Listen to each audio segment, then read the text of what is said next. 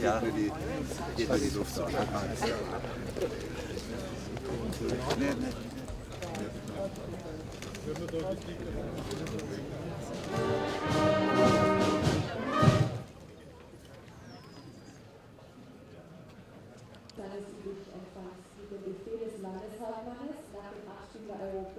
Many representatives present who are now attending this. Oh!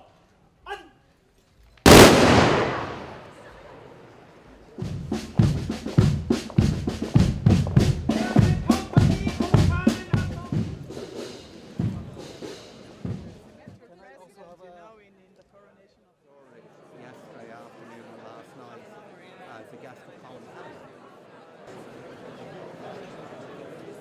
And to have a good exchange, it wasn't Yeah. So just a name, Vicky. Forgive it. Yes. Slovenia is here today. He can tell us more about it. Welcome, dear Natasha. Thank you very much for coming and being with us. And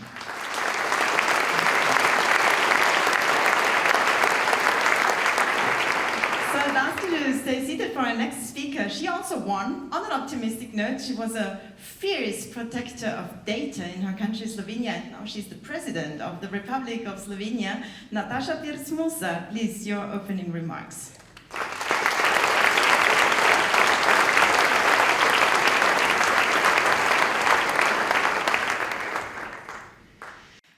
Hello everybody. It's really very hard to talk after such a political guru as my dear friend Alexandra Van der Bellna is, but I will try to do my best.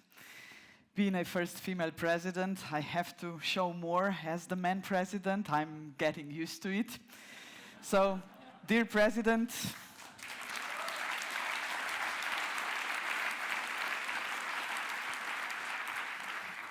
dear Alexander, ladies and gentlemen, it is, of course, my utmost pleasure to participate in the opening event of the Austria in Europe Days in Alpbach, and I genuinely mean it.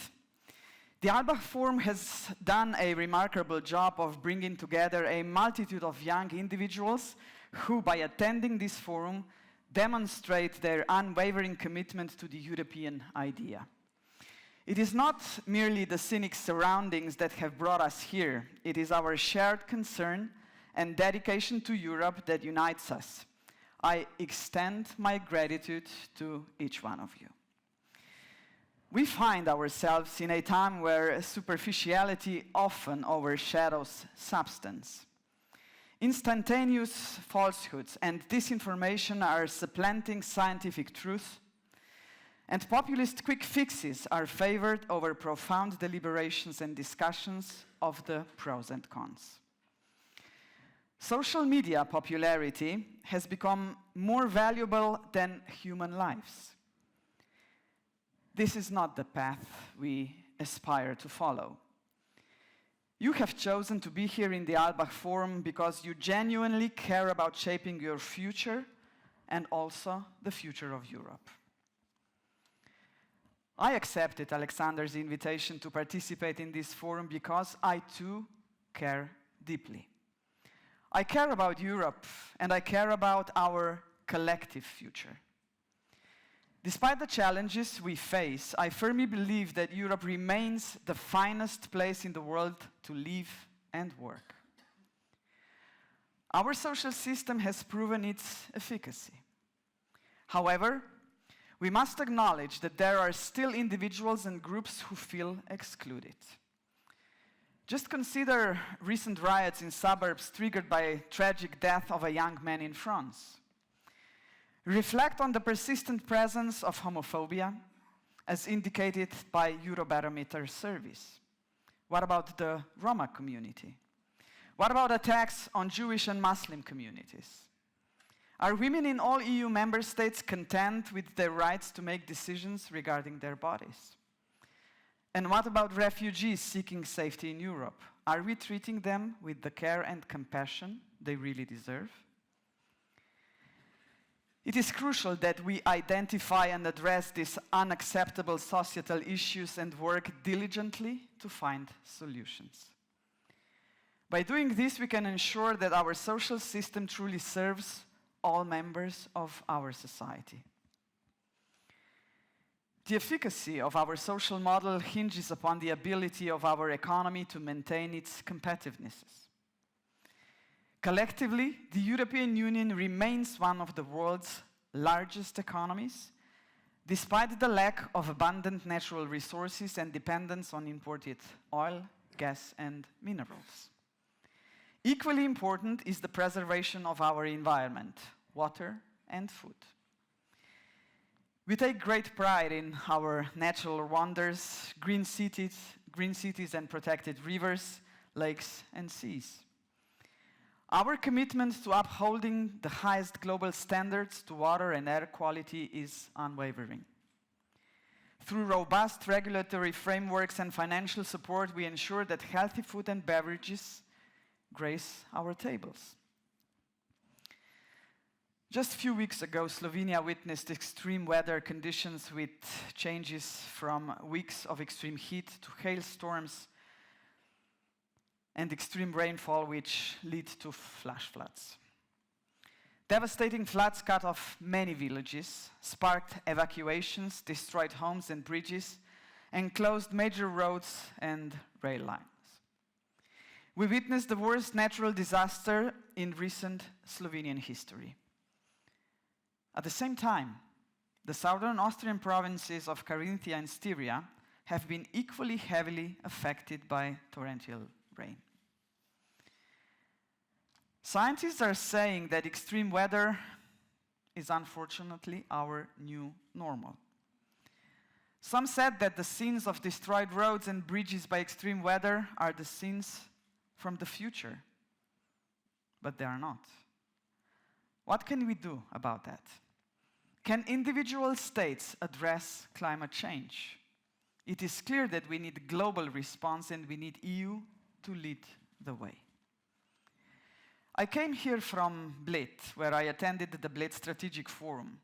This year's forum addressed the theme of solidarity for global security. Solidarity was indeed the word of this summer. Solidarity was seen everywhere you went in Slovenia this August. Solidarity is what Europe is all about.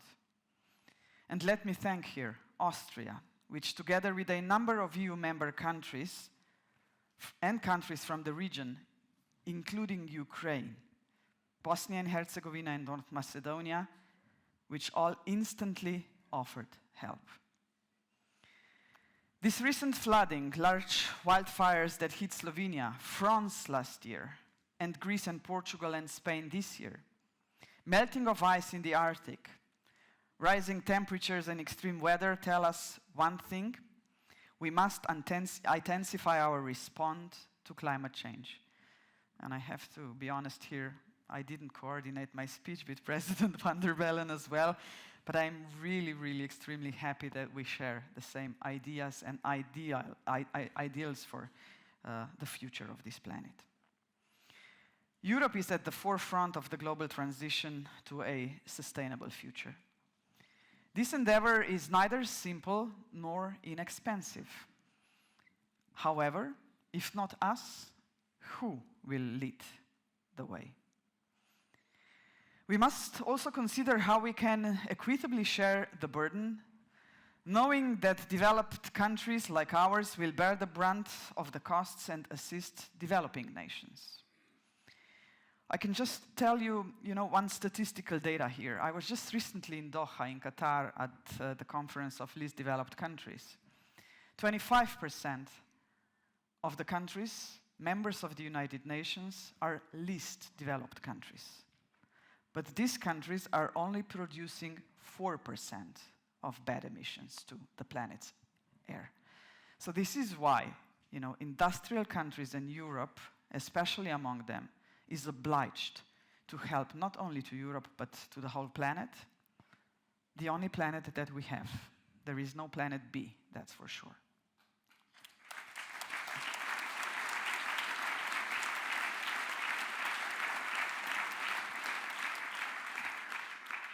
If we lead the charge in the green transition, will our economy suffer in terms of competitiveness? Moreover, we must not overlook the importance of safety and security. After 25 years of peace in Europe and the end of wars in the Balkans, we witnessed military aggression against a sovereign state within Europe. We had assumed that Europe had moved beyond escalating disagreements into acts of aggression and military conflicts. Unfortunately, we were proven wrong. Slovenia was just recently elected to become a non-permanent member of the Security Council of the United Nations.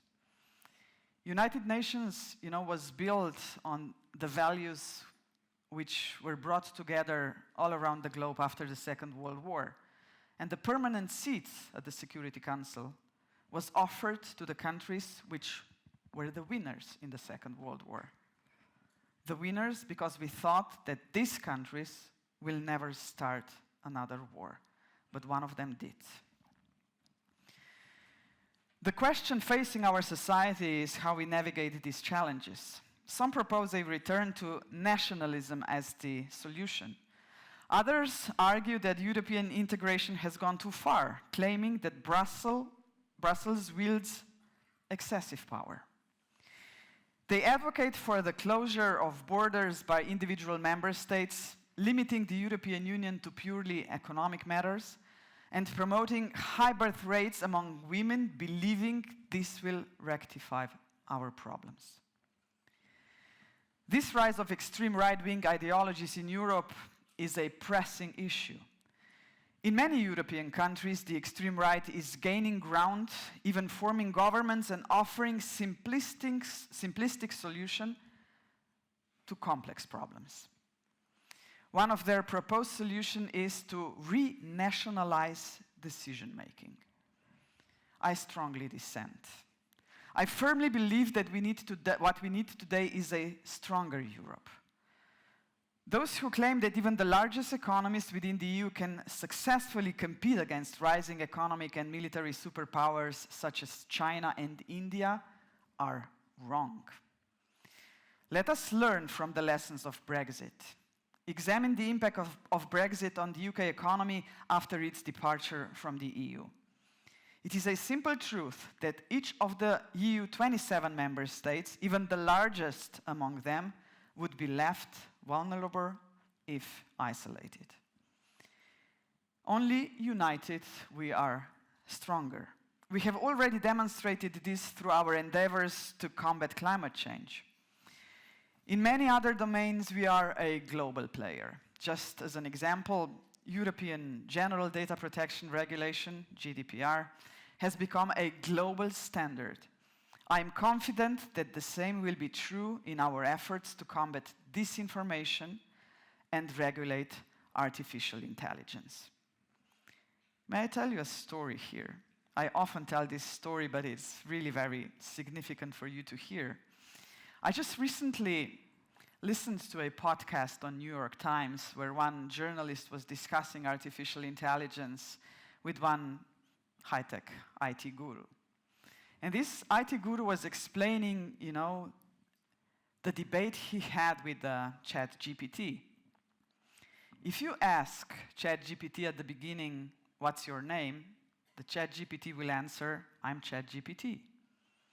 And then this high-tech guru asked this question again after 4 hours of conversation with this artificial intelligence. And he said, what's your name after 4 hours? And ChatGPT answers, my name is Sydney.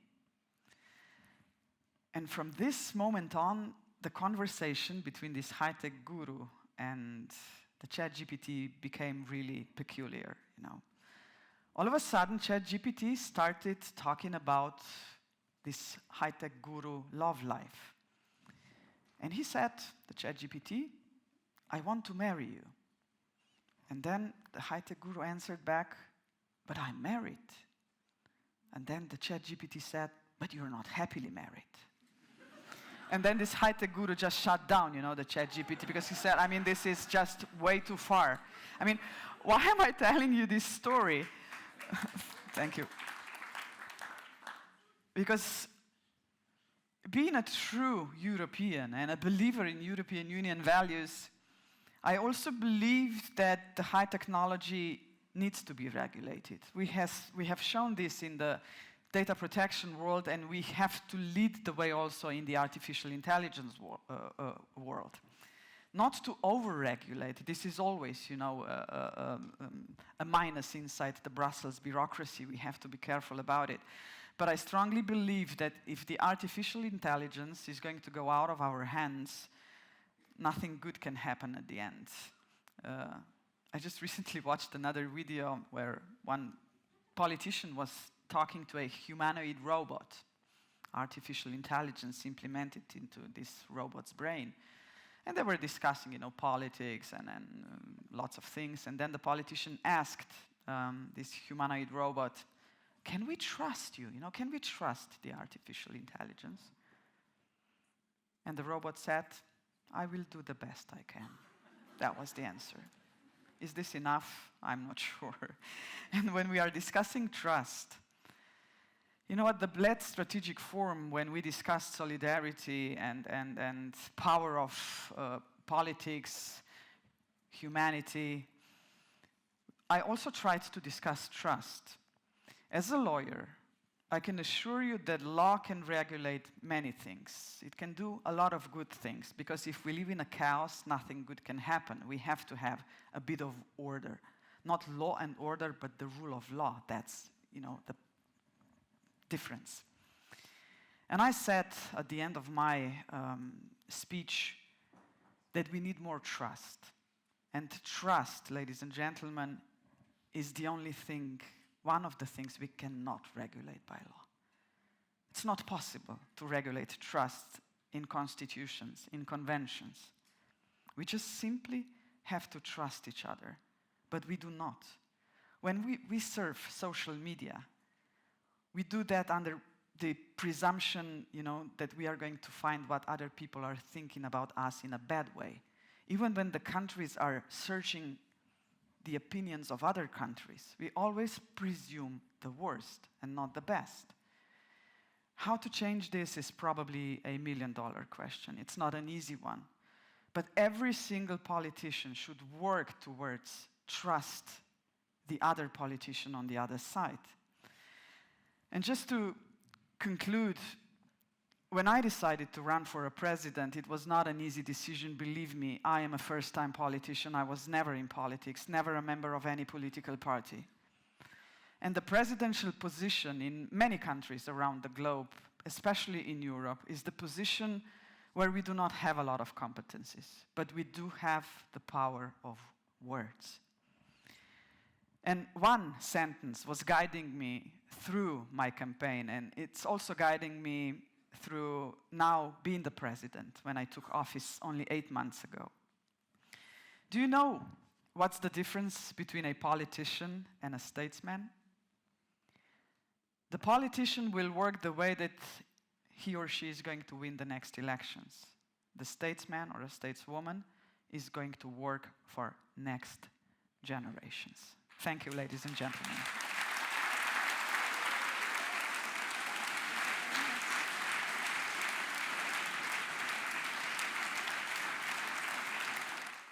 Feeling that it suits them to sit on 2 or 3 chairs, you know? Because they get benefits, I don't know, Serbia from Russia and BRICS countries, and benefits from European Union. But as a European, I firmly believe that this country needs to enter the European Union. I'm not only going to blame them, I have to blame a bit European Union as well, because we didn't do enough for them to welcome them in our family. But just coming from Bled Strategic Forum, sitting next to Charles Michel and listening his speech and listening all prime ministers of the Western Balkan countries, all of them, virtually all of them, were saying that Europe is not doing enough. The Montenegrin president was even trying to be funny, and he said, well, you know, Montenegro is the land of fun and sun, just tell us what to do and we will do it. And when I was sitting next to Charles Michel and I said, for God's sake, I mean, Didn't they read 80,000 pages of acquis communautaire and what they have to fulfill to be part of our family? Because it's not only you know, fun and sun, it's fulfilling many obligations, especially fight against corruption, to respect the rule of law. It's not easy. I know it's not easy, so we all have to do more, all. But first of all, they have to ask themselves whether they want to go into European Union or not. And sometimes I have a feeling, you know, not only that there is not enough political will, but that the leaders do not want that. And that's not fair, because we are trying, the countries inside European Union are trying, but they are not just trying hard enough. But honestly, if Western Balkan countries are not going to enter the European Union, it's not going to be okay. Can I just tell you one more data? I'll be brief. From 1990 until today, 4 million people emigrate from the Western Balkan countries. That's the size of 2 Slovenias. If this is not going to wake up the leaders in the Western Balkan countries, then I do not know what will.